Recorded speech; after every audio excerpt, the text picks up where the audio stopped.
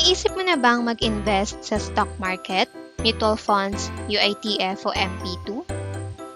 Ang tanong, handa ka na ba talaga mag-invest? What if I tell you that there are 5 steps para malaman mo na ready ka na mag-invest? Ang maganda pa dito, kapag nagawa mo yung first 4 steps, hindi magiging shaky yung cash flow mo kapag nagkaroon ng hindi inaasahang pangyayari. Handa ka na bang malaman yung step-by-step process of financial planning? Just keep watching! Hi everyone, this is Caranyagan, a licensed financial advisor and a certified investment solicitor. I'm a personal finance blogger of mymoneywisetips.com and also a stock market and mutual fund investor.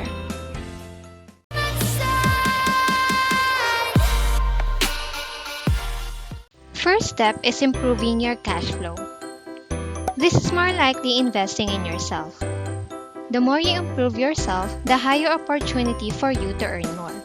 In this way, you can either be promoted from your current job or build a side hustle which can give you additional income and opportunity to save more.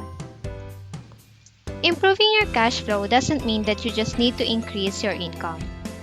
It also means that you need to manage your expenses. You can do this through budgeting, which is always effective, and spending less. Practice delayed gratification, especially if what you want to buy doesn't fall in your needs list. Second step is to get out of debt. When your cash flow is already improving, you can now eliminate your debts slowly. To do this, list down all your current loans with details like amount of loan, where did you avail that loan, due date, and etc. Apply the snowball debt effect. Pay the loan with the smallest amount first, then the second to the smallest, and so on. Doing this way will get your debts eliminated in a regular and even manner, making zero debt a reality for you. If you get out of your debt as soon as possible, the better. Third step is to set up your emergency fund. As soon as you have eliminated your debts, start saving up for emergency fund. Having an emergency fund will definitely save you from stress and debt again in times of uncertainties like loss of job, pandemic, family getting sick, and etc. Ideally, you should save as much as 3 to 6 times of your monthly income or expenses. This should be enough as your buffer in case of emergencies. It's recommended that you put your emergency fund in a jar or bank, whichever is safe and accessible to you. Don't invest it, as some investments take time to process redemptions or withdrawals. Take note that emergencies just can't wait. Fourth step is get protected from life's risk. Some would really skip doing this.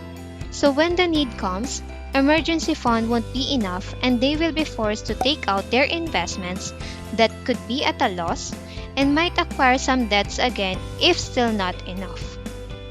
The risk of getting sick or dying will surely come. We just don't know it when. If you don't manage this risk by preparing for it before the need comes, you and your family might suffer financially. And I know you don't want that to happen. So to prevent that, you just have to set aside a small portion from your income in exchange of an insurance coverage enough to cover your needs. You can already acquire a 2 million term insurance coverage for less than 1,000 monthly.